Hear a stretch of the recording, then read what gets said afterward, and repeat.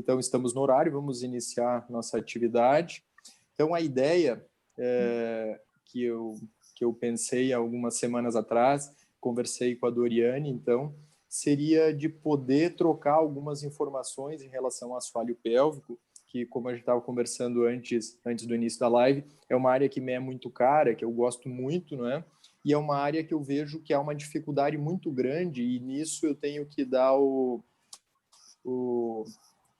agradecimento à doutora Estela, lá no Ceará, que foi quem me estimulou a fazer, né, e participar desses eventos multidisciplinares, porque conforme a gente vai trabalhando com assoalho pélvico, cada vez mais vê que é uma coisa só e que é setorizado. É o gineco, compartimento médio, uro, compartimento anterior, prócto posterior, e na verdade nós estamos falando de uma estrutura única, completamente unida, e que um distúrbio leva a consequências do outro. Então, assim, é uma área muito difícil, assim como é a endometriose também e o câncer. Eu vejo é conseguir juntar pessoas com interesses afins e com capacidade de trabalhar em conjunto e principalmente trocar informações. Porque aqui nós temos que ter conhecimento de urologia, de ginecologia, de coloproctologia, de fisioterapia, de exames de imagem. Então, juntar todas essas pessoas com interesses comuns, eu vejo que é a maior dificuldade. E nesses últimos 12 anos que eu estou aqui em Passo Fundo, é um trabalho que eu tenho feito. No câncer a gente já conseguiu, na endometriose também conseguimos, e no assoalho pélvico a gente ainda está finalizando os nossos grupos de trabalho. Então eu queria agradecer a doutora Doriane, né, que é alguém que também já há muitos anos eu sei que se dedica bastante a essa área e tem um conhecimento muito grande, né, o doutor Mateu, o doutor Rafael, a Carol, que já estão presentes, e dessa nossa primeira live de uma série de 3, né, que serão ao todo, e hoje, então, dá continuidade, né, nesses assuntos que a gente gostaria de trocar algumas informações com os colegas que já têm também uma boa experiência e que espero que seja bastante produtivo no sentido de estimular e nos mostrar qual o caminho que vocês também seguiram no grupo de vocês, de modo a gente poder oferecer um trabalho mais holístico, mais geral, mais generalizado em relação aos distúrbios de assoalho pélvico para as mulheres que estão cada vez nos procurando mais, estão envelhecendo e querem qualidade de vida. Aqui nós não estamos falando de uma doença que usualmente mate alguém, mas que atrapalha muito a qualidade de vida. E as pessoas estão buscando isso, né, Doriane? Ai, estava desligado. É exatamente isso. E, felizmente, a gente tem um arsenal que a gente pode tanto prevenir quanto um arsenal de tratamento também, de diagnóstico e tratamento para a gente atender essas pacientes, né? E os distúrbios do assoalho pélvico, graças a Deus, a gente tem esse arsenal, e aí, como ele se torna mais frequente, porque a nossa população está envelhecendo e envelhecendo com saúde, então a gente tem que se dedicar cada vez mais para proporcionar uma qualidade de vida para as nossas pacientes. Em primeiro lugar, eu gostaria de ouvir a opinião, Doriane, de um grupo de vocês. Vocês acham hoje que é possível oferecer um trabalho sem estar inserido num contexto de multidisciplinaridade, numa equipe onde contemple todas as áreas, o gineco, o urogineco, o urologista, seja como for, o ginecologista, o coloprocto, o pessoal do exame de imagem, o fisioterapeuta? Como é que tu vê hoje essa formação? Tu acha que é necessário ter esse grupo? Como é que vocês veem isso? Milton, é assim, a gente precisa de uma equipe para poder falar a mesma língua, né? Então, eu aprendi isso muito na endometriose, como você falou. Por quê? Porque quando o gineco, o coloprocto e o radiologista, eles falam a mesma língua, a gente consegue dar o melhor diagnóstico, né? E consegue oferecer o melhor tratamento. E para assoalho pélvico, a mesma coisa. Se o ginecologista, o urogineco ou o urologista não falar a mesma língua que o coloprocto, o que vai acabar acontecendo? Vai se tomar algumas condutas, ou da parte da coloprocto, ou da parte da urogineco, que vai tratar só a sua área, e a gente sabe que o assoalho pélvico, ele não tem portinhas e janelinhas separadas uma da outra, né? É tudo muito junto, inervação é semelhante, é praticamente a mesma, a musculatura, está tudo interligado. Então, não tem como tratar uma parte sem pensar na outra, né? Então, por um tempo, a gente trabalhou sem isso e é muito dificultoso, principalmente também a parte da fisioterapia. Então, se você não tem um grupo onde você fale a mesma língua, acaba que há muitos atropelos e a paciente não melhora. Por quê? Porque um médico fala uma coisa, o outro fala outra coisa, e outro, aí a fisio fala outra coisa, e a paciente fica mais confusa e ela acaba abandonando o tratamento. Ao passo que se a gente tiver um tratamento, uma equipe onde a gente fala a mesma língua, então essa paciente ela roda ali e a gente opera junto. O Rafael, felizmente, agora ele tá indo trabalhar fisicamente com a gente, né? Porque antes ele estava separado, mas trabalhava com a mesma ideia, mas fisicamente separados, e agora a gente resolveu juntar os trapos. Então, a gente já fala a mesma língua e principalmente também a parte da físio, que a Marcele está aí, ela não deixa a gente mentir, que a gente Facilita a trabalha logística, junto. né? Esse contato próximo também do paciente. Muitas vezes são pacientes de fora, de outras cidades, né? Isso facilita Não, muito, isso né? é fantástico, porque a cidade de vocês é muito semelhante à da gente, né?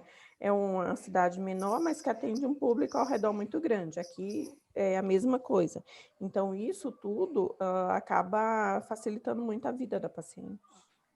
Bom, então hoje nessa nossa primeira live, a ideia é falar sobre incontinência urinária e constipação intestinal. Passar algumas ideias básicas em termos de diagnóstico, de investigação e de tratamento.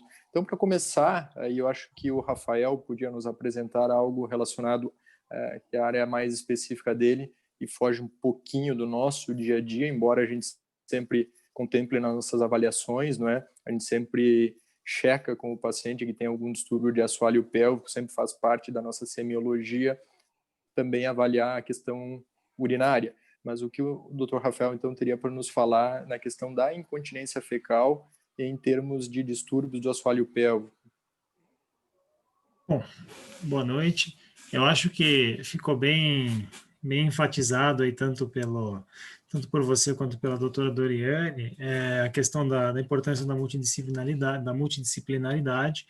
E, realmente, as queixas urinárias, elas são, num público feminino, extremamente prevalentes, né? Eu acho que é muito mais frequente até a gente encontrar mulheres queixando de incontinência urinária do que de incontinência fecal, por ser um problema extremamente comum ali especialmente nos anos ao redor da menopausa, após a menopausa, em que se formos questionar essas mulheres, a gente encontra prevalências da ordem de 40%, 50%, em maior ou menor intensidade. É claro que existem diversos mecanismos, diversas situações que podem levar à incontinência urinária e situações desde mais brandas, que não causam grande interferência com a qualidade de vida e que muitas vezes não levariam a mulher a procurar espontaneamente uma atenção médica, mas se questionada eventualmente quanto à existência de perda urinária, ela confirma, não, de vez em quando ocorre uma perdazinha aqui, outra ali,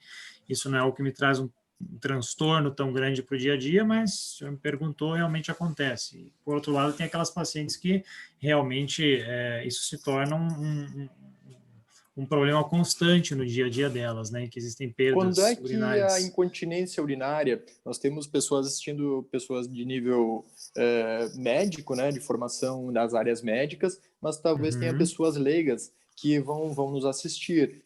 Quando é que a incontinência urinária vira uma doença? É normal perder urina para a mulher ou não é normal em contexto nenhum? Quando é que deve ser avaliado, Rafael?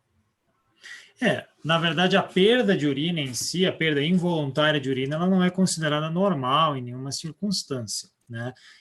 Mas basicamente vai se tornar um problema de saúde a partir do momento em que isso se torna realmente algo que afete a qualidade de vida da mulher, né?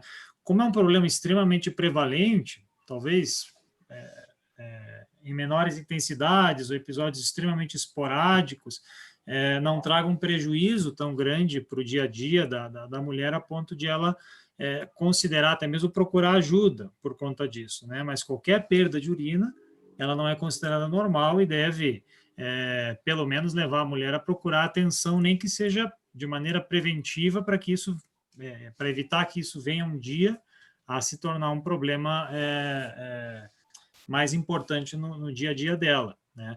E em relação a essa prevenção em especial, que a gente tem uma grande atuação das equipes de fisioterapia, né?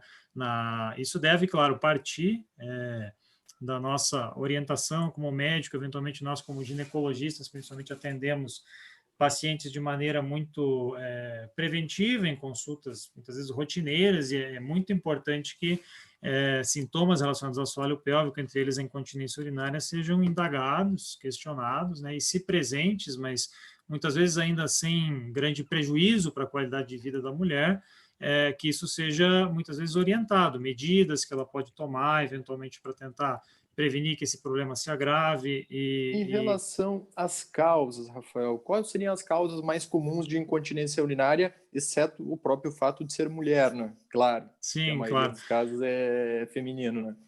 Sim. A fisiopatologia da incontinência urinária, por si só, ela não é, assim, até hoje, absolutamente bem compreendida em todos os casos, né? Existem várias teorias que tentam explicar o mecanismo pelo qual a mulher passa a perder urina. Provavelmente, todas elas se complementem em um ponto ou em outro ponto, mas existem várias teorias, e o que se reconhece é que existem fatores de risco, né? Então, existe aquelas mulheres que, por conta de eventos ao longo da vida, têm um risco maior de se tornarem incontinentes para a urina, e outras em que esse risco é menor. Mas, como você mesmo falou, simplesmente o fato de ser mulher, muitas vezes, já é um fator de risco significativo. Aí... Existem mulheres Desculpa. Existem mulheres que ao longo da vida muitas vezes não tem nenhum evento que eventualmente levaria ao surgimento da incontinência, mas que ainda assim simplesmente o envelhecimento e a atrofia tecidual que vem junto com a menopausa já é um fator definidor aí para que ela tenha um quadro de incontinência nos anos mais avançados de vida, né? Lembrando aos colegas que está aberto, todo mundo, na verdade, estou perguntando dúvidas que para mim são importantes e que eu vejo que meus pacientes me perguntam no consultório. É aberto para todo mundo participar, quem estiver ali, quiser fazer pergunta, os colegas do webinar, os colegas que estão assistindo, até pelo formato do Zoom, todo mundo pode participar. Alguns pontos que são cruciais, antes de a gente falar de prevenção e tratamento, é o que eu gostaria de saber. Eu gostaria de saber, principalmente, o parto normal, o parto humanizado, essas questões de atividade física extrema. Como é que é isso em relação à incontinência urinária? Sempre que a gente fala em incontinência urinária, sempre vem essas questões relacionadas ao trauma, do assoalho pélvico, trauma obstétrico, o parto vaginal e as situações em que se exige cronicamente aí na forma de pressão sobre o assoalho pélvico, né? As atletas, as mulheres que fazem atividade física mais extenuante, isso são todos, claro, fatores de risco. E mulheres que têm partos vaginais, obviamente, vão ter um risco maior de desenvolver incontinência urinária no futuro, né? Existe um aumento de risco aí da ordem de alguns estudos divergentes nessa área, mas da ordem de 3 até 6 vezes, por exemplo, em mulheres com história de parto vaginal, né? O que não significa que a ausência de histórico de parto vaginal seja um fator absolutamente protetor para o surgimento da incontinência urinária, porque, como eu falei, tem mulheres que eventualmente nem engravidam ao longo da vida, não têm nem filhos e que acabam tendo o desenvolvimento de incontinência urinária, e para né? as tuas pacientes hoje que vão ter filhos, em algum contexto tu contraindica o parto normal, indica o parto cesárea, em algum sentido, porque a gente sabe que o parto distóxico ele é altamente dado a causar problemas, é quase certo Sim. que um parto a forceps vai causar consequências tanto em relação à lesão de esfíncter anal que a gente vai falar adiante, né, o ACEs, as disrupturas de pubo-retais e todo aumento do diafragma urogenital, ou seja, vai desestruturar esse assoalho pélvico e vai levar a consequências funcionais em termos de prolapso de órgãos pélvicos, incontinência urinária, evacuação obstruída.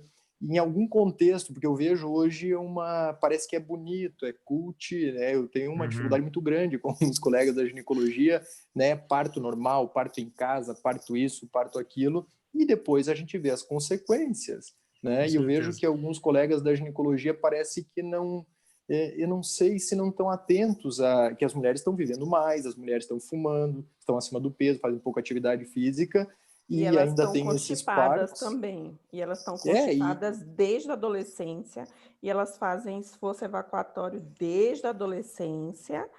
E isso aí é um parto vaginal. São fatores que se somam, toda vez que vai evacuar, né? Então, é tudo isso. E como é que tu vê isso? Em algum momento tu contraindica esses partos normais? Tem alguma situação específica na tua recomendação para os teus pacientes? Então, a gente segue o que a literatura manda a gente fazer, né? Que é, na verdade, assim, como isso são fatores de risco, não são... Obviamente, a lesão de parto, ela é inevitável, né? Existe a lesão que a gente vê, as lacerações perineais de menor ou maior grau, e existe todo o âmbito de lesões que são invisíveis, né? As desinserções de bulbo retal, como você comentou, esse aumento do hiato genital, a perda de suporte da base da bexiga, isso é meio que, vamos dizer assim, inevitável. O parto é um processo fisiológico, mas ele é lesivo, com certeza, o assoalho pélvico, né? As fibras musculares têm que aumentar de comprimento uma razão aí que não é saudável, digamos assim. Então, com certeza, ele acarreta consequências. Mas, assim, a ponto de a gente... O que eu acho que é importante deixar claro, eu deixo claro geralmente para os pacientes que perguntam em relação a parto, é risco, né? Risco consequência, porque o parto vaginal é um fator de risco para a mulher se tornar incontinente para a urina, tem incontinência anal, para ela ter prolapso genital, né? Para ela ter uma série de disfunções do assoalho pélvico. Mas, assim, não existe até hoje na literatura uma recomendação para a gente, vamos dizer assim, estimular que as pacientes não tenham parto vaginal por conta de consequências de assoalho pélvico, né?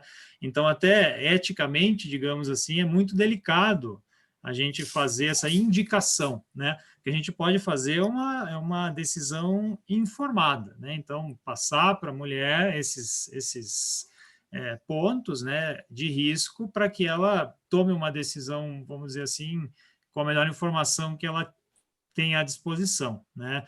Porque a gente vê também que algumas mulheres, elas têm medo de lesões do assoalho pélvico e, eventualmente, têm medo do parto, consequentemente, acabam indo para a cesariana, mas a gente, como ginecologista também, eventualmente vê situações de agravos que são causados por cesarianas, muitas vezes repetidas, né? Então, isso que acaba sendo um outro tipo de problema, né?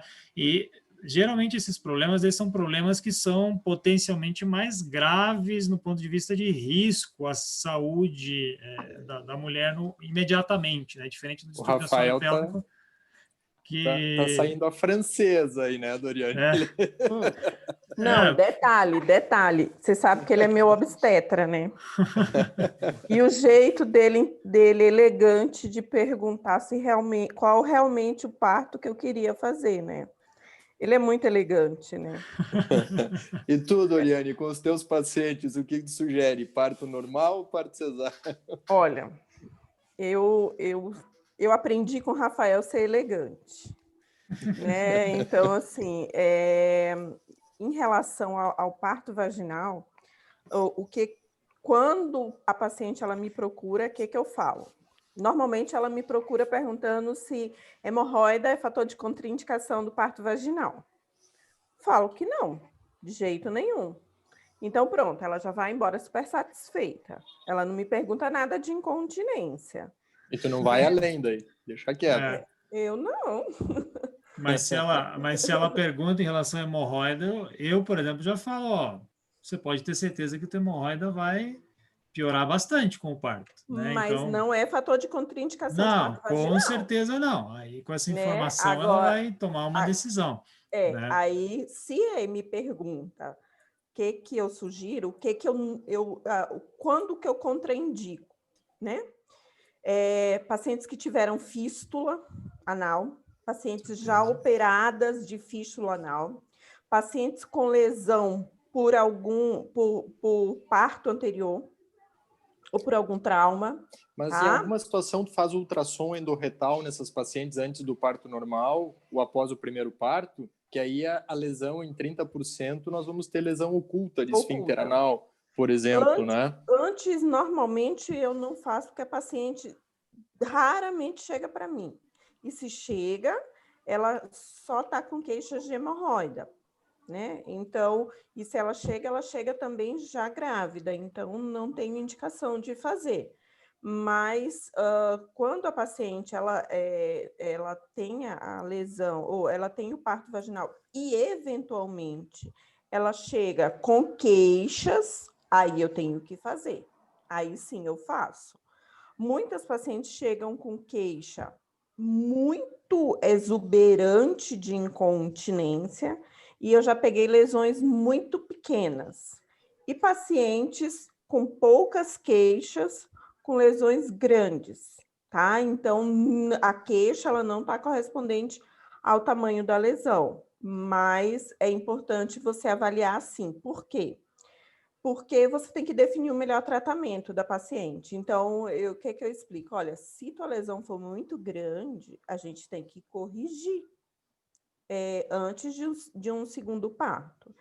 E aí, nessas pacientes pós primeiro parto, aí a depender de como a paciente tiver, se ela tiver uma lesão esfincteriana, ou se essa paciente tiver realmente queixas de incontinência, seja anal, seja urinária, eu sugiro que ela não faça o parto vaginal.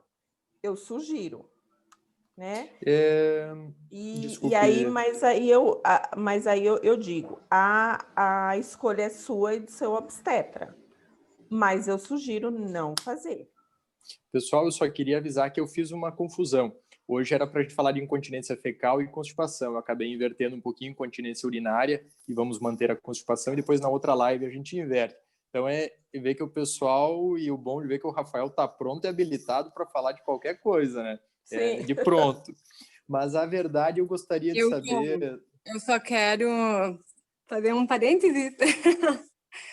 Assim, Fala, em relação ao parto, né, que a gente está conversando, é importantíssimo os profissionais saberem a importância da fisioterapia pélvica também no preparo dessas mulheres para o parto vaginal, né? Que muitas vezes isso é esquecido, né? Então, a partir da 14ª semana da gestante, ela já é liberada para fazer a fisioterapia para evitar essas disfunções que podem aparecer tanto na gestação como no pós-parto, né?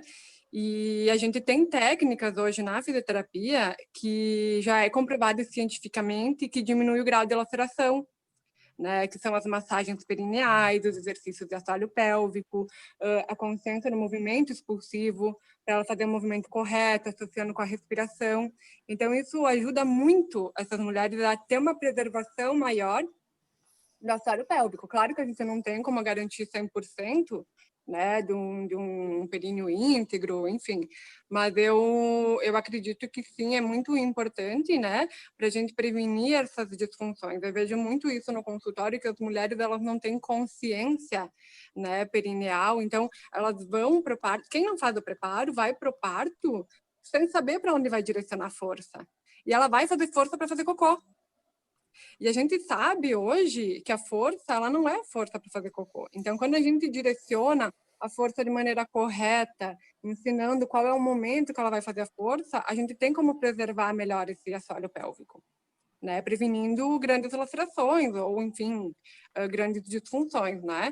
E quando elas voltam para o consultório, que eu reavalio esse assoalho pélvico, a gente vê que quem treina é diferente de quem não treina, né? Então, a gente consegue ver uma resposta bem significativa com a fisioterapia no preparo dessas mulheres para o parto vaginal. Que aí vem o ponto que eu queria ver com o doutor Rafael. Claro que o hábito de não fumar, o controle do peso, atividade física, situações óbvias, né, em relação à preservação da saúde em geral e, claro, do assoalho pélvico, mas os colegas ginecologistas, doutor Rafael, via de regra, conforme a doutora Doriane nos falou, eles investigam história já de incontinência, se a paciente, antes de ir para um parto normal, se tem algum trauma obstétrico anterior, se tem alguma cirurgia orificial, no caso de hemorroida, uma fístula, principalmente, não é? Se tem algum histórico que eventualmente pudesse se deteriorar mais com um parto vaginal, e se isso é de praxe nos colegas ginecologistas e obstetras. E depois, falando em relação às prevenções, aí também entra o que a Carol estava nos falando. Então, gostaria de ver a tua opinião em relação a isso, Rafael. Todos esses fatores aí que você citou, que o doutor Doriane citou também, são fatores com certeza bastante importantes e que, se não são assim contraindicações ao parto, são com certeza pontos aí que tem que ser reforçados, porque muito provavelmente eles correm o risco de serem agravados ou de, se não sintomáticos, se tornarem sintomáticos, tendo como gatilho um novo parto vaginal, né? Se a paciente já tem um parto anterior com um trauma prévio, por exemplo, né? E a gente vê e sabe que muitas dessas pacientes com dano esfincteriano, elas muitas vezes não se tornam sintomáticas agora, elas não se tornam sintomáticas lá quando elas estiverem na 6ª década, eventualmente, né? Então, muitas vezes elas não têm sintomas, né? É muito importante o histórico prévio de lesões, mas um grande problema é que muitas vezes elas nem sabem, né? Não, como você perguntou, questão da conduta dos ginecologistas, isso é muito heterogêneo, né? Tem ginecologistas que têm um pouco mais de formação em relação ao assoalho pélvico, entendem a fisiologia do assoalho pélvico, tem essa preocupação e tem o entendimento aí do papel que o parto acaba exercendo aí eventualmente na gênese ou na piora de alguns sintomas, mas outros não, acabam não reconhecendo isso, né? Ainda tem uma escola mais antiga e esse entendimento do assoalho pélvico como uma estrutura integrada e como multifuncional, digamos assim, é uma coisa um pouco mais recente que muita gente não tem ainda um conhecimento mais aprofundado, né? Então, isso acaba não sendo homogêneo, né? Mas são questionamentos com certeza muito importantes aí para serem feitos, porque eles podem alterar a decisão, né? E a questão do pré-parto, que a Carol estava nos falando, é uma conduta hoje de rotina encaminhar o fisioterapeuta pélvico para preparar essa mulher que deseja ter um parto vaginal? Extremamente importante. Assim, se disponível, deveria ser sistemático, né? Esse encaminhamento para o treinamento, porque, como a Carol falou, existem muitas mulheres que não têm consciência perineal, não conseguem contrair a musculatura adequada, quando solicitadas, contraem musculatura abdominal, musculatura glútea, não conseguem fazer um relaxamento adequado, não têm uma mínima coordenação, digamos assim. Isso com certeza prejudica muito o próprio andamento do trabalho de parto e vai fazer com que o trabalho de parto potencialmente seja mais traumático pro assoalho pélvico como um todo, mais do que ele já é naturalmente, digamos assim, em condições normais. E o preparo da equipe de fisioterapia daquele assoalho pélvico, ele vai contribuir bastante para que ela tenha, vamos dizer assim, a melhor condição possível para minimizar o dano, né? Então, existem algumas técnicas de fisioterapia que têm, vamos dizer assim, já dados de literatura consistentes em relação à prevenção de dano perineal. A massagem perineal é um deles, por exemplo, né? E vários em que não existe, vamos dizer assim, significância estatística para quem está assistindo, que tem conhecimento nessa área, mas que subjetivamente a gente identifica que faz diferença no momento da avaliação, né? A mulher que consegue ter uma musculatura relaxada quando ela deve estar relaxada e com um bom tônus muscular quando ele é exigido, né? Então, isso é algo que faz muita diferença e que deveria ser sempre realizado para toda mulher que pretende ter um parto, né? Seria um caminho para ela tentar minimizar o dano. Aproveitando a presença, eu acho que a Carol Gauer é uma colega, eu queria ver se ela tá online, está disponível, dar um alô para a gente.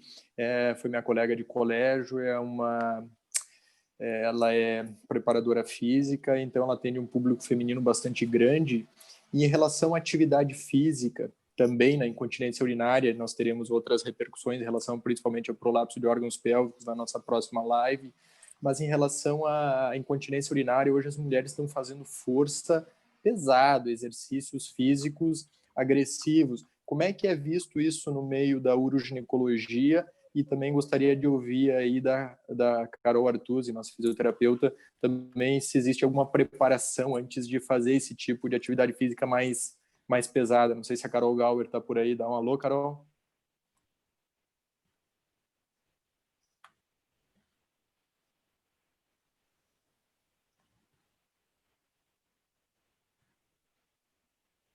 Oi! Tudo bom? Tua câmera está desligada, Carol. Mas estamos te escutando. Fernanda, consegue liberar o microfone da Carol?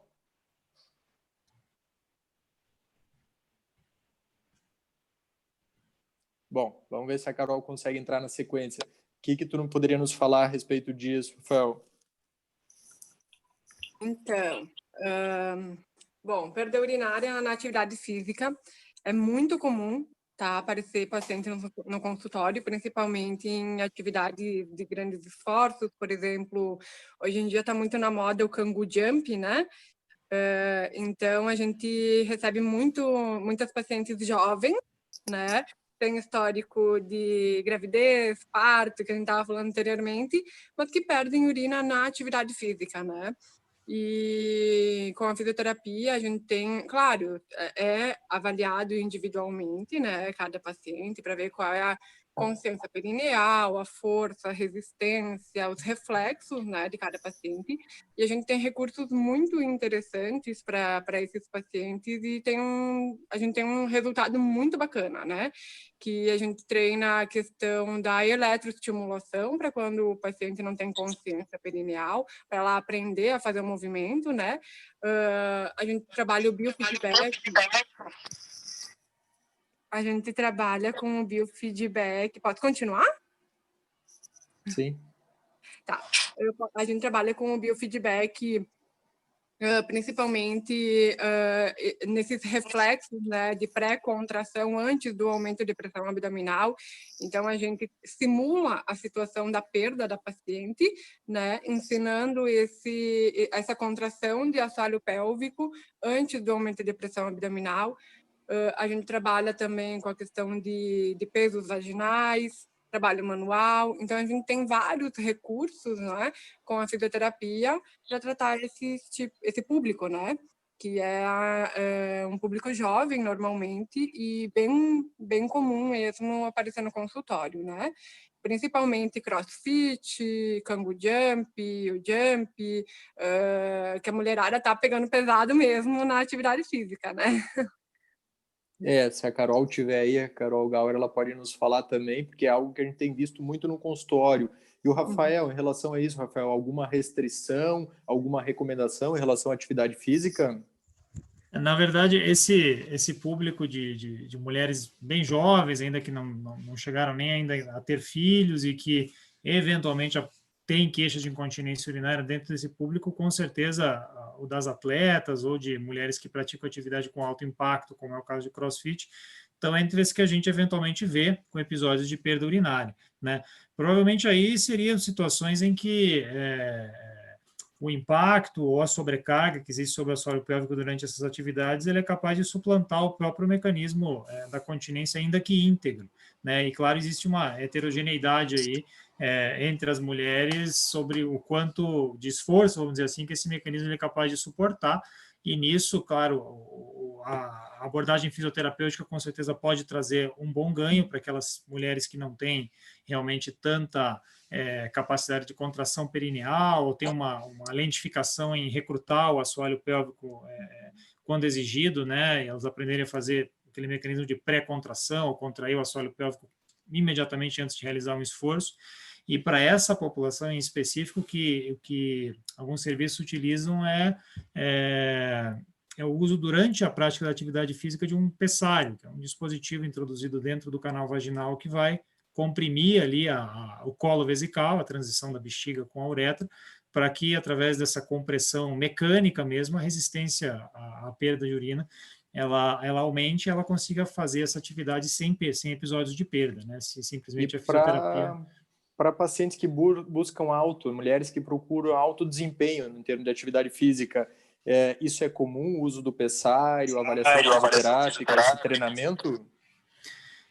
Para aquelas que são sintomáticas, é com certeza uma boa opção, né? Não é algo tão difundido, digamos assim, então muita gente nem sabe que isso é possível, que isso existe, mas é uma alternativa que pode se lançar a mão, né? O uso do pessário, claro, não é tão agradável, geralmente a maioria das mulheres meio que inicialmente torce o nariz para ter que usar um pessário durante a atividade, não é algo exatamente confortável, mas creio que depois que se cria o hábito ali, isso melhora o sintoma dela, né? Acaba que melhora a qualidade de vida na realização da atividade, acaba trazendo benefício, né? Mas é algo que pode se recomendar, sim. Carol, não sei se tu está online agora, como é que tem tido muita experiência com esses pacientes, essas mulheres que estão fazendo atividade física mais pesada? Oi, estão me escutando? Estamos escutando bem, só não estamos te vendo. Acho que a tua câmera está desligada. Tá, mas é que eu vou ter que contar. Eu tô com a minha filha em casa e a gente estava saindo do banho. Eu entrei porque eu queria escutar vocês e eu não estou podendo aparecer. Me desculpem, porque eu estava preparada para aparecer quinta, que eu vou mandá-la até dormir fora de casa, porque senão tu sabe como é que é com criança pequena, né? Não, mas na próxima daí tu vai aparecer bem bonita, bem arrumada. Bem ajeitada, bem ajeitada. Pessoal, então eu estou escutando um pouquinho aqui do bate-papo, aí tá bem interessante. E eu já tinha trocado uma ideia ali com o Milton. Lá na academia eu trabalho mais com atendimento personalizado, né? Mas eu tenho muitas clientes que adoram fazer esse Kango Jump. Inclusive, a minha irmã até mandei lá para a Carol fazer uma avaliação com ela, tal, a Juliana Matei, e realmente elas se queixam muito de perda urinária no decorrer lá da aula de Kango Jump, enfim, e também até em episódios depois, na própria academia, né? E a Carol orientou muito bem a minha irmã ali, explicou as consequências da intensidade que elas colocam nos movimentos, né? Sem saber contrair ali o assoalho pélvico, enfim, e isso aí acaba acarretando esses problemas.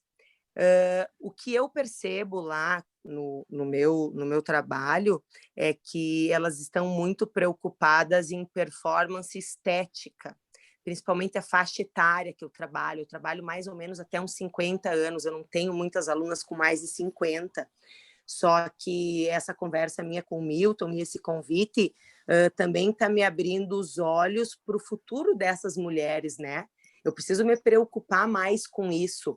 Claro que quando elas estão gestantes, estão treinando, a gente tem um trabalho mais específico para o períneo, a gente toma mais cuidado, mas eu vou confessar, na rotina delas, elas querem tanto agachamento, tanta corrida, tanto abdominal, que acaba faltando tempo, vamos dizer assim, para um assunto que é muito importante e que lá na frente elas vão pagar o preço disso, né? Então, com certeza, eu não tenho muitas queixas das que só treinam comigo, mas das 3, 4 que fazem Kango Jump, todas reclamam muito dessa perda urinária e me abriu aí um leque de espaço para trabalho também, de uma conscientização das minhas alunas, porque eu quero que elas tenham um futuro bom, né? Um futuro sem essas perdas urinárias e, enfim, e todos os outros problemas de prolapso genital aí que pode vir a acarretar a intensidade das atividades que o povo está buscando ultimamente, né? É só estética o tempo inteiro. Antes de a gente passar para o próximo tópico, que daí eu vou pedir para a Doriane nos apresentar da constipação intestinal, em relação ao tratamento, Rafael, teria mais alguma coisa para nos falar? Já foi falado das questões alimentares, atividade física, moderação, preparação fisioterápica. Em relação a tratamento, investigação e tratamento, poderia nos falar algo mais? Em relação ao manejo da incontinência urinária, né, hoje eu acho que mais do que nunca fica bem claro, assim, bem enfático que o manejo da incontinência urinária, ele deve, a princípio, o tratamento de primeira linha deve, a princípio, ser conservador, que é justamente a atuação da fisioterapia, a correção aí de eventuais inadequações na rotina miccional da mulher, porque é um tratamento que tem um bom resultado numa proporção aí significativa de casos, em torno de 70%, 60%, dependendo da gravidade, e que é basicamente isento de riscos, né? Porque o próximo passo já depende, claro, do tipo, das especificidades da incontinência urinária, mas eventualmente dependendo, especialmente quando a gente está falando de incontinência urinária de esforço, a gente pode estar começando a pensar em tratamentos cirúrgicos, né? Tratamentos invasivos já. E atualmente, o contexto que a gente tem do tratamento cirúrgico da incontinência urinária, ele é extremamente controverso, né? A literatura e as sociedades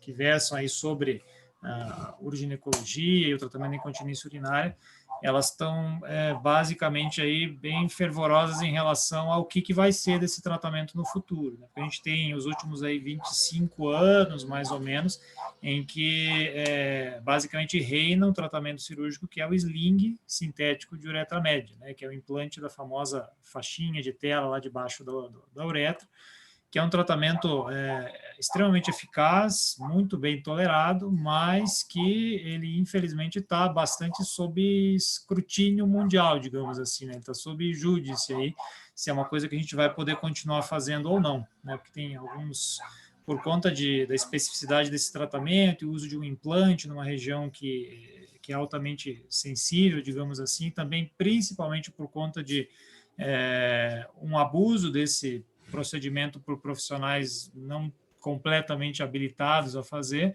ele acabou ganhando uma fama que não é justa para ele, digamos assim.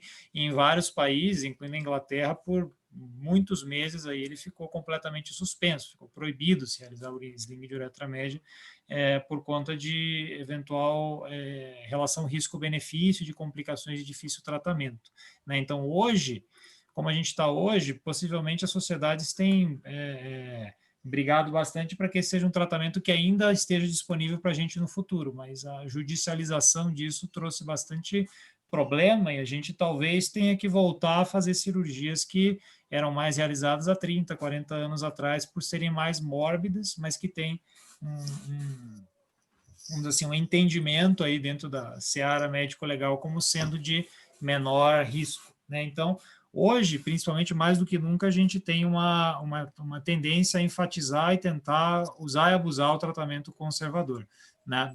E reservar os tratamentos cirúrgicos para as pacientes que realmente têm essa indicação, porque não tem uma melhora satisfatória com o tratamento conservador, né? Para essas, claro, o tratamento cirúrgico ele é muito bem indicado, ele é extremamente útil, né?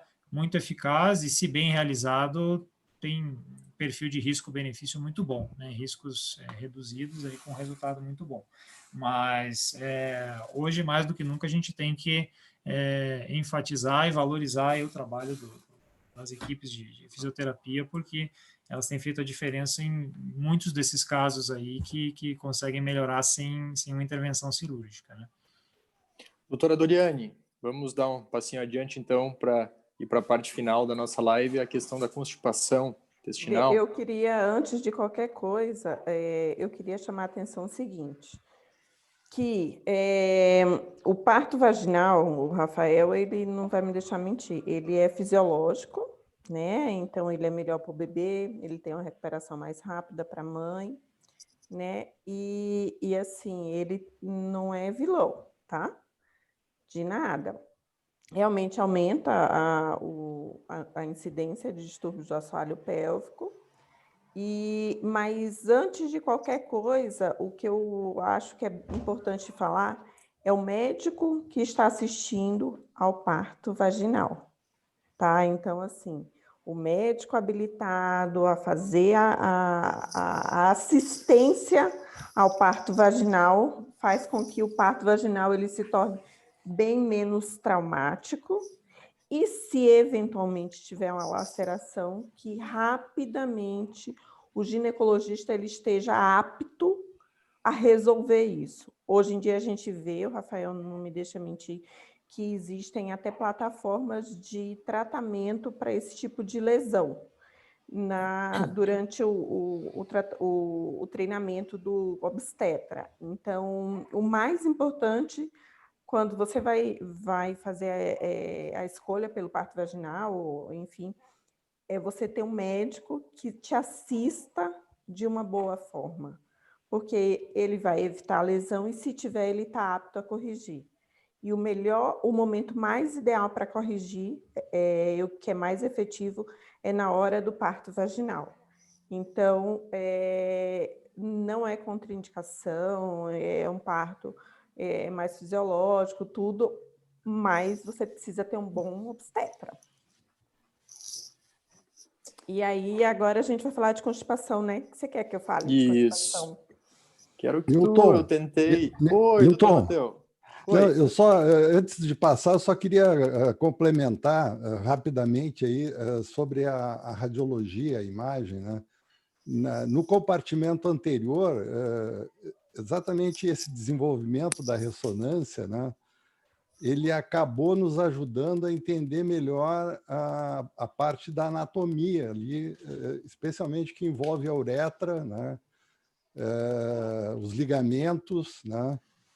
Então, hoje, o radiologista pode dar, né, essa informação, e o Milton foi uma das pessoas que já me estimulou na época que a gente começou a fazer as defeco-ressonâncias, né, a avaliar bem a anatomia, especialmente dessa região da uretra, né, que é muito pouco explorada, e a ressonância pode ajudar muito, né, nas informações dos ligamentos parauretrais, periuretrais, puburetrais, e também na uretra hipermóvel, né, quando a gente tem, durante a defecografia, né, tem essa movimentação, aí eu não sei aonde que se encaixaria, né, porque, na verdade, muitas vezes a gente nota que quem solicitou o exame foi o proctologista,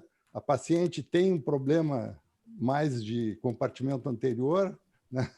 E a gente até acaba relatando as alterações, né?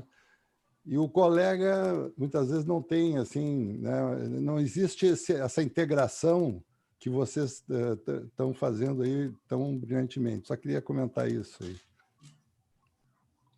Ótimo. Eu acho que o que o doutor Matheus também quer dizer é que o colega não está, né, doutor Matheus, preparado para, nem sequer investigou clinicamente, não está nem preparado para entender essas alterações e qual é a importância. Nem a resposta do exame que ele pediu, ele não sabe como interpretar, né? Exatamente. Pela falta dessa troca de diálogo entre as especialidades, né? Doriane, eu acho que a ideia é tentar passar uma ideia prática, né, do que a gente é acostumado no dia a dia dos nossos pacientes em relação à constipação, né, do quanto isso é prevalente. Os pacientes têm dificuldade de entender o que é constipação, evacuação obstruída, até porque Roma 4, tu tem vários critérios, né, para definir um paciente constipado, mas principalmente essas questões da evacuação obstruída, em relação à prevenção, tratamento. O doutor Matheus depois pode nos falar também, e a Doriane também muito bem, sobre as questões da manometria, defeco-ressonância, o tempo de trânsito cólico, né, os exames de fisiologia no retal, que eu vejo que eu tenho ali, eu acompanho com os residentes da cirurgia, os da gastroenterologia também, e eu vejo que mesmo entre os residentes da gastroenterologia não há uma cultura de investigar a constipação intestinal de maneira adequada, né? Tem os guidelines lá da Associação Americana de Gastroenterologia de 2013, onde o primeiro exame é a manometria com teste de expulsão do balão, tu fala, e as pessoas ficam te olhando como se estivesse falando algo absurdo, né? Então, há um desconhecimento, inclusive, na formação dos colegas que atendem diariamente os pacientes constipados. Então, eu queria que tu nos passasse esse quadro geral, depois se a gente puder trocar algumas informações de como é que é a rotina de vocês, como é que é feita essa investigação e alguns tópicos de tratamento, né?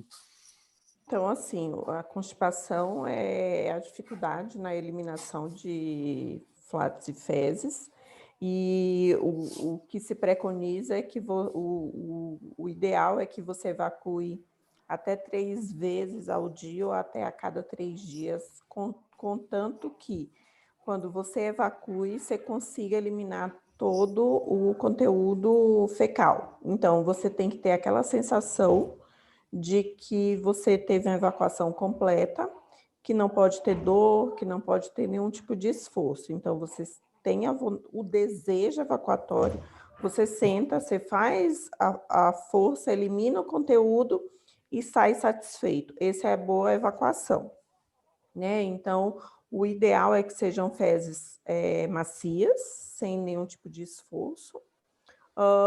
Sabe-se que a gente tem uma gama de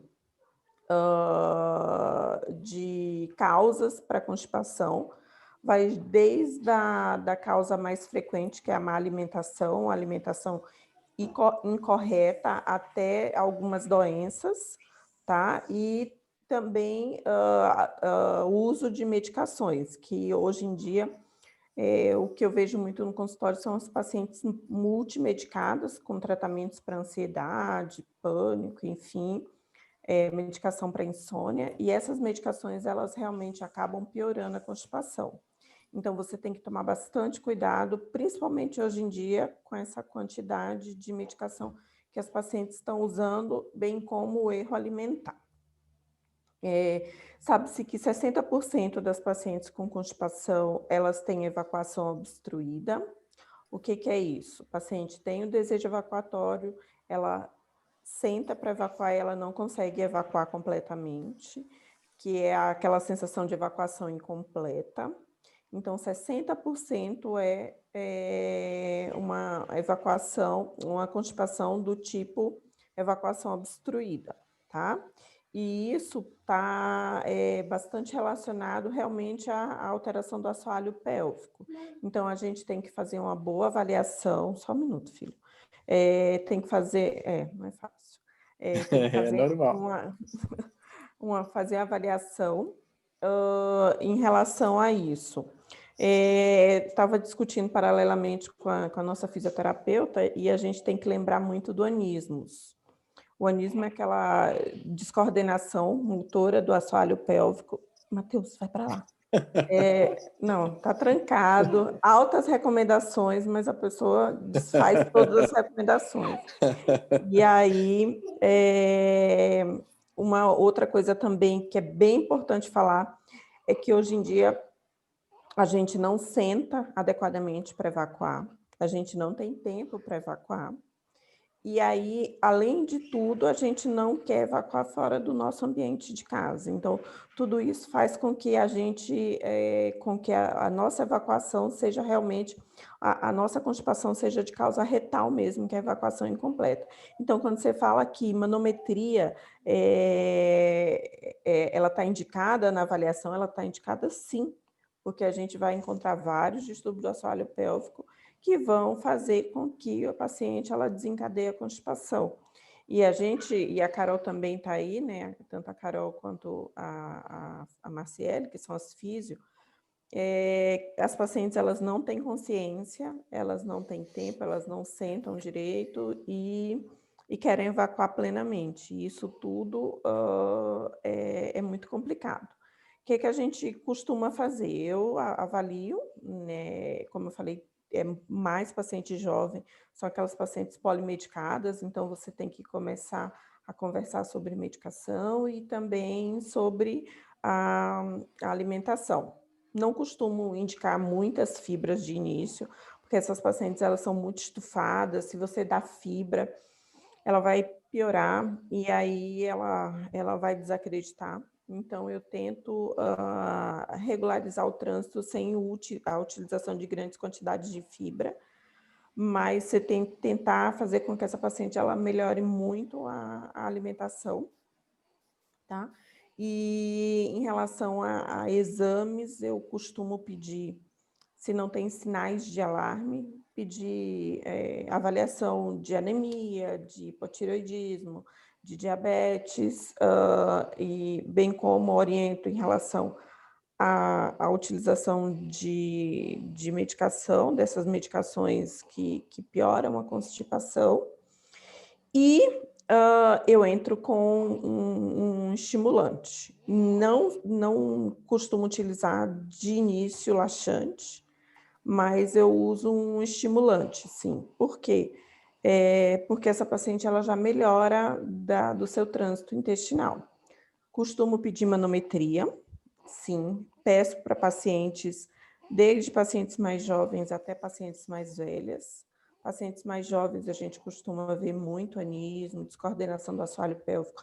E, pasmem, nessas pacientes são as pacientes que mais eu encontro hipotonia esfincteriana, tá? E nas pacientes com de mais idade, enfim, acima de 50 anos, a gente acaba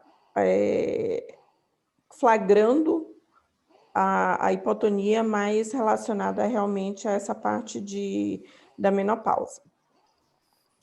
Em relação à colonoscopia, a gente costuma fazer acima de 45 anos, seguido a orientação da Sociedade Brasileira de Coloprocto, junto com a Sociedade Americana de Coloprocto, no rastreamento do câncer coloretal, mas pacientes eventualmente abaixo de 45 anos, com sinais de alarme, que é sangramento, alteração do hábito intestinal, que antes era bom, ficou preso de uma hora para outra, a saída de muco nas fezes, muita dor abdominal, muita distensão abdominal, a gente acaba pedindo também a colonoscopia para fazer o rastreio de alguma outra doença, ou seja, neoplasia ou doença inflamatória intestinal. Quando que eu peço a avaliação do assoalho pélvico? Nas pacientes que têm muita queixa de assoalho pélvico, por exemplo, digitação. Eu tenho uma bolsinha que fica entre a vagina e o reto, e para eu conseguir evacuar, eu preciso apertar na vagina, na parede da vagina, para conseguir evacuar. Nessas aí eu faço a avaliação do assoalho pélvico ou com queixas de incontinência, seja incontinência anal ou incontinência urinária. Eu também peço avaliação, porque aí a gente acaba flagrando lesões outras ou alterações ocultas, ou como o Dr. Matteo falou, algumas outras coisas do assoalho pélvico que a gente acaba, como eu já acabo fazendo avaliação, então eu pergunto para as pacientes se elas têm prolapso, incontinência urinária, e aí eu acabo fazendo a avaliação, e aí realmente eu encaminho mediante essa avaliação, sim. Aí eu faço a avaliação ultrassonográfica, aí eu faço a ecodefecografia. E entre a ecodefecografia, doutora Doriane, eu sei que tu é uma expert no assunto, até pela formação com a doutora Estela, e a defecorressonância, ou mesmo a defecografia convencional. Esse é o ponto que eu queria ver a tua opinião e do doutor Matteo. E em relação a, depois desse paciente, então, que veio ao consultório, tu fez a investigação básica, descartou questões obstrutivas tumorais com a colonoscopia, eventualmente, se houver indicação, distúrbios hormonais, efeitos colaterais de medicação, correção de fatores dietéticos, ingesta hídrica, atividade física, ou seja, fez aquele teste terapêutico, não identificou nenhuma outra causa, partiu para a investigação, manometria, aí chega ao ponto, o tempo de trânsito cólico, porque tem aquelas pacientes que também mentem, né? Que é um exame que às vezes eu acabo usando o tempo de trânsito cólico para descartar o paciente que está passando a conversa, né? Ou para entender se é mesmo um padrão de obstrução distal mesmo, se tem algum distúrbio, uma inércia, que é uma situação bastante discutida. Mas entre a defecografia, defecorressonância, o que tu, doutor Matteo, tem para nos dizer em relação a isso? Qual é o teu exame hoje de preferência, ou sempre, nunca? Meu exame de preferência é a ecodefecografia, né? Lógico. Por quê? Por que será? Porque, pelo treinamento, outro pela facilidade. Segundo, porque quando eu faço, é aquela história, né? Você faz porque você gosta, né? Então, você acaba fazendo uma boa avaliação, e então eu vejo a paciente, eu vejo como que ela se comporta, eu vejo o esforço que ela faz, se existe alguma coisa diferente de esforço que essa paciente esteja fazendo, eventualmente, que possa me ajudar nessa avaliação. Então, o que a gente acaba vendo na ecodefeco? Retocele, enterocele, sigmoidocele, cistocele, A gente vê lesões do bulbo visceral, que aí é de bulbo retal, de glicoccígio, de pubococcígio, né? E eu vejo também se tem desvio da uretra ou não, se tem alteração do hiato urogenital, né? E então eu acabo vendo isso. Quando que eu peço a defeco-ressonância? Não é um exame que eu não peço, eu peço sim quando eventualmente essa paciente tem alguma outra alteração abdominal que eu não consigo ver na ecodefecografia. Por exemplo, o paciente tem uma grande sigmoidocele, o paciente tem realmente um prolapso que eu não esteja conseguindo identificar na ecodefeco, aí sim. Mas a defeco-ressonância, para quem não tem a ecodefeco, é linda demais, é fantástico. A defecografia, ela, para quem não tem nenhum dos dois, ela é boa, ela só não consegue dar uma boa avaliação de músculo, né? Então, ela não diz se tem ou não lesão muscular, então ela vai te dar alteração de anismos, de sigmoidocele, de enterocele, de retocele, mas ok, é isso. Doutor Matteo.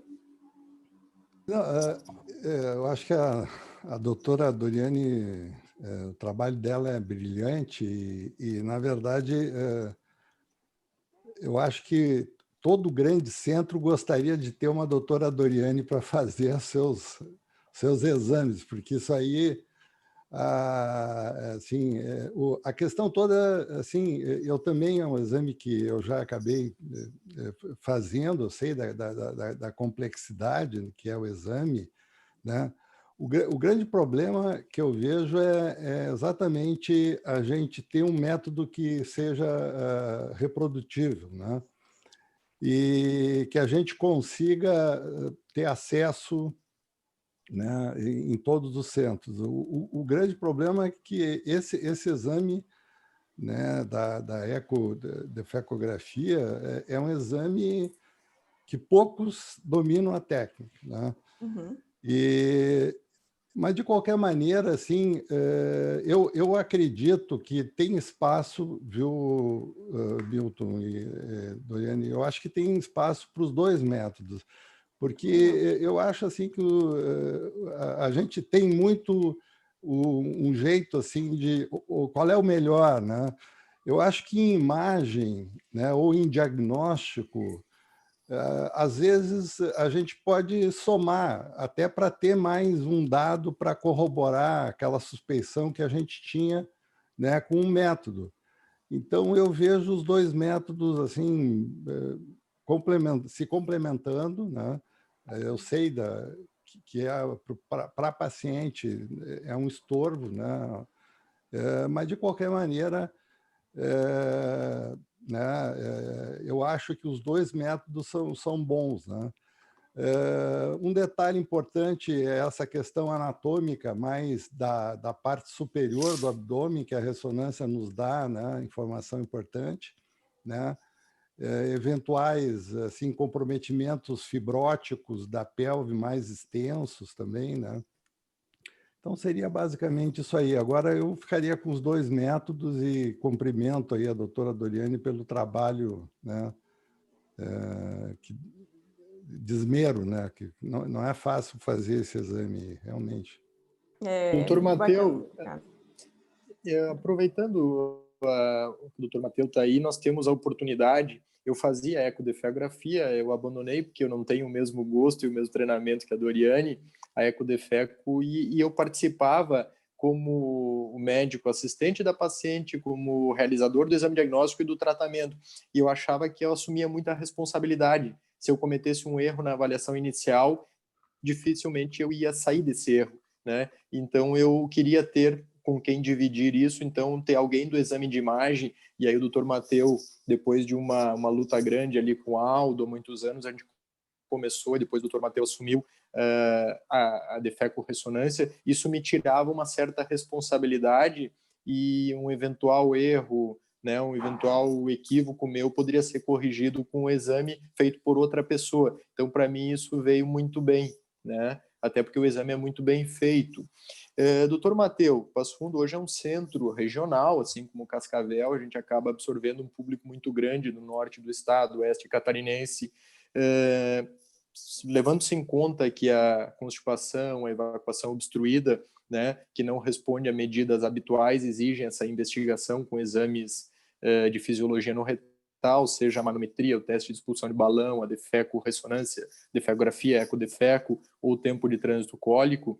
Especificamente, qual é a procura hoje, que num centro, e é o único centro que faz na região, aqui em Passo Fundo, no norte do estado e oeste catarinense, qual é a procura hoje de defeco-ressonância? Os colegas estão pedindo, está sendo feita essa investigação, é muito subutilizado? E gostaria de ouvir da Doriane também na região de Cascavel. Eu posso falar assim, porque eu trabalho também em Porto Alegre, né? Então, hoje o exame está muito solicitado, né? O que a gente nota, né, é que, às vezes, a gente fazendo um exame numa paciente que tem uma dor pélvica crônica,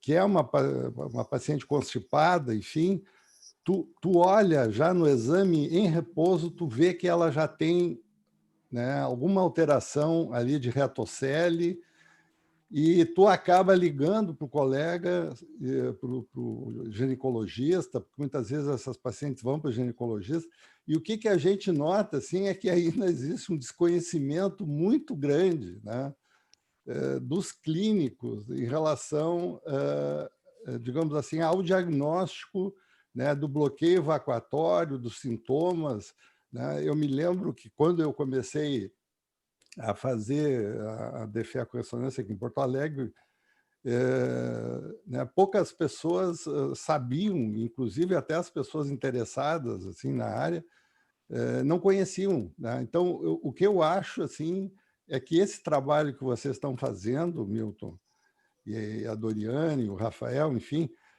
é por aí, entende? Porque, assim, o que tem de mulheres, especialmente mulheres, a gente se coloca porque são as mais atingidas, sofrendo sem esse diagnóstico, né, é muito grande. Mas o que a gente tem notado, então, finalmente, para responder, é que tem uma procura assim, muito grande, né, especialmente para Passo Fundo. Ótimo. Aqui, o que eu percebo também é uma subdiagnosticação, e os colegas pedem bem pouco, e é um exame que também, quando você pede, igual o doutor Mateu falou, você tem uma carga muito grande, porque aí você acaba dando diagnóstico e muitas vezes você não sabe o que fazer, né? Não sabe como tratar, não sabe para quem indicar. Então, eu vejo poucos colegas pedindo com medo do que eles vão receber. Então, eu ainda vejo que está bem aquém do que realmente seria importante para o nosso dia a dia, né? Mas eu acho que a gente está indo devagarzinho, a gente vai conseguir fazer com que as próprias pacientes elas queiram que a gente investigue isso, né? Para melhorar a qualidade de vida. É isso que a Doriane estava falando, eu vejo que é uma constante, não é? Os colegas da ginecologia, da cirurgia digestiva geral, gastroenterologia, mesmo a coloprocto, em algumas situações, não há um conhecimento da constipação com essa característica de evacuação obstruída, que está diretamente relacionado ao anismo, aí entra o trabalho da Carol, né? Depois ela pode nos falar do biofeedback, nessas de sinergias de assoalho pélvico, e o resultado é espetacular, tanto na melhora da evacuação, quanto na questão urinária, e até na questão sexual. A gente vê os pacientes voltam muito satisfeitas, né? Depois do biofeedback, porque melhora a consciência corporal pélvica como um todo, mas principalmente pede uma defeco-ressonância, vem lá uma retocele com retenção, uma intuscepção, uma enterocele, e o colega fica perdido e sequer sabe onde é que tudo isso tem a ver. E aí, claro, tu não vai pedir alguma coisa que não conhece, ou então que não possa tratar. Se eu vou tratar essa retocele, seja por uma uma técnica transperineal, transanal, transvaginal, uma retopexia ventral para contemplar os três problemas. Ou às vezes nem precisa operar essa retocele. Exato, ou às vezes só medidas geodietéticas e fisioterapia pélvica, essa paciente tem um anismo associado, melhora do anismo e já está com a qualidade de vida devolvida, mas o fato é que eu vejo o desconhecimento, né, de profissionais. É triste quando eu chego no consultório, uma mulher aí ao redor de 50, 60 anos, com meia dúzia de colonoscopias e dizendo que está tomando horrores de fibra. Tá bom, para que a colonoscopia? Não tem tumor, não tem tumor. E os colegas colegas gastroenterologistas, que teoricamente são especialistas, né, que veem esses pacientes, e colonoscopia e fibra. Mas aí sequer sabe que existe sinergia de assoalho pélvico, anismo, retocele, intuscepção retoanal, enterocele, sigmoidocele, e que são causas que eventualmente é fisioterapia, eventualmente é tratamento cirúrgico, e qual o tratamento mais adequado. Então, há um desconhecimento muito grande. Eu acho que é importante a gente levar isso, né, para a população, para as mulheres, porque o diagnóstico é muito pequeno, né? E o tempo de trânsito cólico, em alguma situação tu pede, Doriane? Houve um pequeno problema existencial aqui. Já respondo. Doutor Mateu, em algum dos locais que o senhor trabalha como radiologista, vocês oferecem, porque a gente acaba oferecendo na clínica, pela necessidade de alguns pacientes, que muitas vezes a informação eu vejo que não é confiável, ou quando eu tenho alguma dúvida em relação a qual o fator preponderante em relação à constipação, se é mais evacuação destruída ou algum grau de inércia, ou que o paciente realmente não está me falando a verdade, em algum local a gente acabou oferecendo, né, o tempo de trânsito, ele compra as cápsulas e faz a interpretação. Em algum local existe hoje a disponibilidade do tempo de trânsito? Na Cosma, eu não tenho conhecimento, Milton, mas se for uma coisa importante, sabe, provavelmente a gente pode... Eu trabalhei muitos anos na PUC, né? E lá a gente fazia esse exame, tem um grupo lá do Filman, que é muito forte também, e eu acho que dá informações importantes, né? Agora, ultimamente, eu não tenho trabalhado com isso, então talvez, eu não sei se tiver alguém aí com mais experiência, mas, assim, se houver interesse em que a Cosma faça, Milton, nós vamos fazer. Atualmente eu acabo disponibilizando, né, o marcador de Sitzmarks e depois acabo laudando, né? Tá. Então, coisa.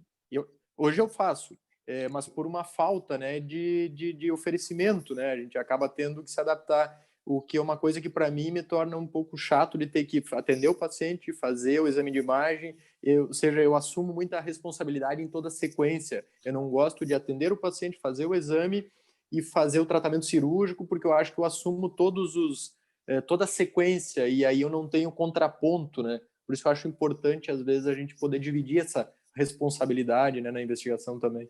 Então, vamos aceitar esse desafio aí, tá? Pode deixar que a gente vai organizar isso aí, tá? Vamos fazer um laboratório de fisiologia no retal. Aí a gente ficaria muito bem servido, né? Não, eu acho importante, assim, a tua preocupação de dividir, né? Como é importante, Milton, a gente poder dividir, porque nós estamos num momento, assim, sabe, muito que o médico está, além de estar muito desvalorizado, né? Nós estamos numa linha de tiro, assim, qualquer coisa gera processo, qualquer coisa. Então, no momento que tu tem uma equipe, né, que tu está dividindo a responsabilidade, né, tu também não só te torna um pouco mais eclético e ganha mais conhecimento, mas também, bom, é uma equipe, não foi a decisão de uma pessoa, tem laudos, tem, né? Então, só para te cumprimentar, assim, que eu acho que o caminho é esse aí, sabe? Eu faço o tempo de trânsito, eu tenho Sitzmarks também, E os colegas aqui, eles já se adaptaram ao meu pedido, né? No início, eu recebi a ligação das clínicas dizendo que tinha corpo estranho, que corpo estranho era aquele. E hoje em dia eles já laudam para mim. Então, a gente só vende o Citsmax, mas eles acabam fazendo o laudo para a gente. E tu acha que é importante esse fracionamento do diagnóstico? Porque muitas vezes a gente atende, faz o exame de imagem, toma a conduta. Por isso que eu gosto da equipe multidisciplinar, porque tu vê, além de ver os outros distúrbios de uma maneira mais holística, né, a gente acaba ouvindo outras opiniões. Eventualmente tu tem um plano terapêutico, cirúrgico por um paciente, vou fazer uma retopexia ventral para tratar uma retocele, mais uma intuscepção, uma enterocele, mas aí tem alguma questão ginecológica, outra, ou né, tem que fazer uma esterectomia em algum momento, que é outra coisa. A gente vai falar adiante, né, do prolapso de cúpula vaginal, prolapso apical na outra live. Hoje existe uma política entre não digo uma política, mas uma cultura entre os ginecologistas que é fazer esterectomia e está resolvido o problema. Pelo contrário, de tudo, né? Do mundo. Exato. É muito simplista. Vamos tirar o útero e resolver o problema do mundo inteiro, né? Então, essa troca de informações entre os membros da equipe do assoalho pélvico, assim como na endometriose, eu vejo que é o caminho para prestar um atendimento de melhor qualidade para essas pacientes, né? E, pelo menos eu tenho essa impressão. Algumas vezes eu já mudei de tática cirúrgica por conta da avaliação, sim, do ginecologista. O Rafael está aí que não me deixa mentir. E também é importante falar que a esterectomia ela é um fator de risco para piorar os distúrbios do assoalho pélvico, bem como, principalmente, a constipação, porque altera ali, o útero está no lugar anatômico dele, né?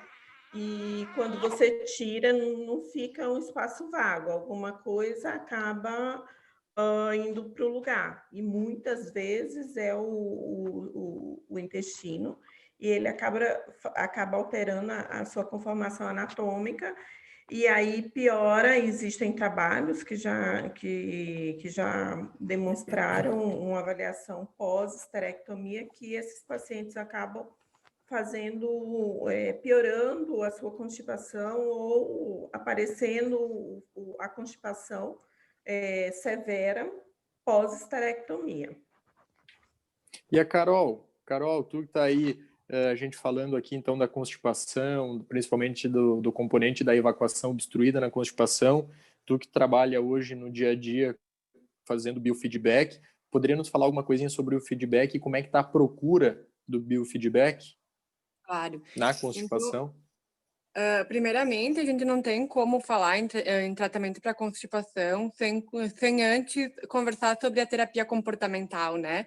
Como a doutora Doriane falou antes, os pacientes chegam, eles não sabem a postura correta para evacuar, eles não fazem cocô fora de casa. Então, tudo isso a gente orienta em relação aos horários programados para evacuar também, né? A gente tenta criar um hábito intestinal com esse paciente, tá? Então, primeiramente, a gente tem que analisar tudo isso também, tá? Em relação ao biofeedback, eu trabalho com o biofeedback eletromiográfico, que é de minha preferência. Existe depressão também. Mas o eletromiográfico me dá dados mais fidedignos, digamos assim, tá? Porque daí a gente consegue analisar como é que está o tônus muscular desse paciente, qual tipo de fibra muscular ele está ativando, como é que está a curva de relaxamento. Então, em pacientes constipados, o que a gente observa no consultório? Esses pacientes eles não têm a consciência do relaxamento adequado do assoalho pélvico. Então, aquela curva de contração no biofeedback, a gente vê uma curva rápida, e quando a gente pede para o paciente relaxar, ele tem aquele relaxamento lento, né? Eles não têm, e eles não sentem o relaxamento do assoalho pélvico. Então, como é que a gente vai solicitar uma evacuação correta se eles não sabem relaxar? né? Então, a gente trabalha muito essa questão da coordenação da musculatura perineal, né? Para eles aprenderem o movimento através do gráfico na tela do computador, então dá esse feedback para o paciente. Então, eles conseguem reeducar o assoalho pélvico olhando para esse treino, tá? E a gente também treina o movimento evacuatório. O que acontece com os pacientes com anismo, né? A curva, ao invés de descer no movimento evacuatório, eles fazem uma contração de assoalho pélvico, né? Então, a gente mostra isso e a gente explica o que eles têm que ver na tela, e daí eles vão trabalhando essa questão de consciência para entender como é que tem que ser feito o movimento correto da evacuação, né? A gente tem resultado bem legal, tem resultados bem bons, né, para a questão de anismo, e a procura também está bem boa. Bom, antes da gente Se encerrar, então, que já poderia... passamos um pouquinho do horário, eu só queria avisar o pessoal que essa aula está sendo gravada, né, que vai ser depois disponibilizada por todas as nossas redes sociais dos participantes. No nosso caso, vai estar no Instagram da ProctoClean, no IGTV, e vai estar também no ProctoClean TV, e deixar disponível para todo mundo. Gostaria de ouvir também a Marcele, que está participando aqui, depois ver se os participantes têm mais alguma consideração para a gente fazer antes de irmos para o final, então, do nosso webinar de hoje. Boa noite, então, só pegando um pouquinho a deixa da Carol, né, Carol, que realmente o biofeedback é a nossa peça-chave no tratamento da constipação. Mas até teve um estudo que a gente está montando aqui ainda, mas a gente analisou os dados dos pacientes do último ano.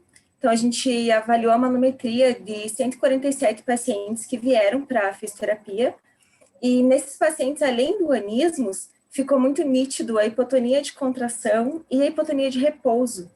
Então, Carol, não sei se aí na tua prática você acaba usando também, mas a gente acaba usando muito o balonê, associado ou não com biofeedback. Então, lá na manometria no retal, né? Lá na manometria no retal, os testes de sensibilidade, então a gente consegue fazer isso com o paciente na primeira sessão. Então, observar, por exemplo, qual é a sensibilidade retal desse paciente, como que está todo esse processo realmente evacuatório, também ensinando um pouquinho essa evacuação através do balão. Que às vezes o treino do biofeedback sozinho para o anismos, o paciente fica meio que perdido. Estou fazendo força para evacuar, mas essa força está onde, né? Não é para eu fazer força, como que é? Então, a gente tem visto os resultados muito positivos com os nossos pacientes fazendo esse treino de expulsão do balão. Além de trabalhar a sensibilidade deles da primeira para a segunda sessão fantástica. A gente usa muito também, Carol, associado com o bio, a estimulação do nervo tibial, para os pacientes que têm essa hipotonia, que têm essa baixa de sensibilidade, e está sendo bem, bem interessantes os resultados para a constipação, muito bom. O uso do balonete eu utilizo também para a questão da sensibilidade e ensinar o movimento evacuatório para eles terem a percepção de realmente as fezes saindo da ampola retal, né? Eles têm bem essa percepção de que vão evacuar mesmo. Então, para ensinar o movimento, uso bastante também o balonete. A gente tem um resultado bem legal também. Obrigada pela tua participação, por complementar. Oi, Milton, boa noite. Oi, Márcio, tudo bom? Não sei se temos um tempinho ainda, não quero atrapalhar aí a dinâmica do grupo, né? O colega Márcio Lubini é um colega gastroenterologista, nosso grande parceiro aqui, principalmente na doença inflamatória intestinal, é um grande conhecedor da doença inflamatória, e além de eu sou suspeito, um excelente gastroenterologista, meu amigo pessoal, só para apresentar para o pessoal. Fala, Márcio. Muito obrigado, Milton. Parabéns pelo projeto, né? Eu acho que essa questão multidisciplinaridade, ela está muito clara e a gente já trabalha há muito tempo com isso, né, Milton? Enfim, a constipação crônica é um desafio para o gastroenterologista clínico. A gente tem essa percepção, por tudo que já foi conversado durante todo esse debate, né, Milton? Todas as questões relacionadas a erro diagnóstico, associação com síndrome do intestino irritável, cada vez mais claro, né, Milton, as questões de evacuação obstruída e sinergia do assoalho pélvico. Por isso frustra muitas vezes o paciente, porque o resultado da terapia clínica ela não tem um resultado adequado, né? A fibra o paciente não vai tolerar, as drogas procinéticas, as drogas... Agora a gente tem o lançamento no secretagogo intestinal, o lubiprostone, que esperamos, quando num paciente muito bem diagnosticado, com uma constipação, funciona um resultado efetivo, mas aí entra toda essa avaliação adequada, né? Avaliar do ponto de vista global, do ponto de vista de medicações que o paciente vem usando, paciente com distúrbios associado ao hipotireoidismo, que a gente vê bastante, acaba muitas vezes deixando passar. Falasse uma coisa muito interessante, né? Pô, vamos fazer a colonoscopia quando há realmente uma necessidade, eu quero fazer um screening de um câncer coloretal aos 45 anos, né? Senão a gente vai queimar muitas vezes o método. Saber utilizar adequadamente a manometria no retal, utilizar e saber como interpretar a defeco-ressonância, o tempo de trânsito colônico. E aí, através dessa multidisciplinaridade, né, Milton, a gente vai ter um resultado efetivo, como a gente vê em nossos pacientes. Mas a constipação crônica, sem dúvida alguma, é um desafio também, né? Da mesma forma que a doença inflamatória intestinal, a constipação, quando não bem avaliada em todas essas esferas, esses aspectos, o resultado vai ser bastante insatisfatório, né? Isso a gente percebe no dia a dia, né? Pacientes ingerindo fibra, utilizando uma série de medicações laxativas, sem um resultado efetivo quando não bem avaliado, né? Mas é isso aí. Mas, novamente, né, Milton, parabéns ao grupo aí. A gente fica muito, muito feliz em poder trabalhar e a gente sabe do resultado aí que todo o grupo Proctoclean aí tem em relação às doenças do aparelho digestivo, não só coloproctológicas, né, que a gente trabalha em... São especialidades siamesas, na minha opinião, né? Não são especialidades separadas, são irmãs siamesas. Parabéns, Milton. Obrigado pela participação, hein, Márcio? Os colegas, doutora Doriane, Rafael, doutor Mateu, Carol. Eu só queria agradecer, foi muito bacana. E eu acho que a nossa multidisciplinaridade é ela que vai fazer com que os pacientes eles tenham benefício. Esse benefício frustrante que o doutor Marcos, né? Márcio, ele falou, eu acho que a nossa multidisciplinaridade, ela é com ela que a gente vai ganhar, e que a gente vem ganhando, né, Marciele? O benefício para os nossos pacientes, eu acho que a gente tem ganhado bastante. E a nossa sensação de frustração, ela tem diminuído também. Uhum. Sem dúvida. Eu também o convite, obrigada, tá? E eu acho que o ponto vai ser muito pouco para a gente discutir tudo que a gente poderia realmente discutir, né, sobre o assunto de assoalho pélvico. É uma área muito ampla, né? Então, acho que a gente pode combinar mais encontros para estudar também, né, sobre o caso. Tá? Milton, muito legal. Oi, doutor Mateu. Obrigado a todos. Eu gostei da nova geração aí que a doutora Doriane está trazendo aí, eles já no colo já estão participando. Então tá. Obrigado pela participação, doutor Mateu. Parabéns, Milton. Obrigado pela participação, então, a todos de hoje. Realmente, como a Carol falou, os assuntos são extremamente amplos, né? A gente gostaria infinito a quantidade de assunto que a gente teria para tratar e o tempo é exíguo, né? Aproveitar para convidar para a nossa próxima, são uma série de 3 lives sobre assoalho pélvico. Na próxima, na quinta-feira, então, será sobre prolapso de órgãos pélvicos. E aí, como a gente mudou um pouquinho da incontinência urinária para abordo hoje, vamos falar daí da incontinência fecal, então, e do prolapso de órgãos pélvicos na nossa próxima live. Então, ficando todo mundo convidado de novo, que puder participar. Agradecer muito aos participantes hoje, inclusive o teu pequeno, né, Dori? Porque agora, nesse formato de lives, é comum, tem o cachorro, tem o gato, tem o papagaio, tem o filho, faz parte dessa novidade. Então, chega a ser engraçado, mas é muito bom de poder estar em casa, né? participando no nosso ambiente de casa, poder conversar com os colegas que a gente gosta tanto e que sente falta de não poder estar no convívio mais diário, e essas tecnologias nos propiciaram agora ter um contato, né? Parece que a gente está todo mundo junto mesmo, né? E está, de certa forma, não fisicamente, mas podendo interagir. Então, eu fico muito satisfeito de poder usar essas plataformas novas, né? Esse é o fruto da pandemia, né? Parabéns, Milton. Parabéns. Obrigado, pessoal. Obrigado, Rafael.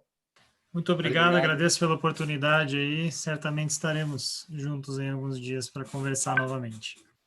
E aí vai ficar tudo disponível. A Fernanda, nossa publicitária, está gravando tudo, né? Ficar disponível para quem quiser depois.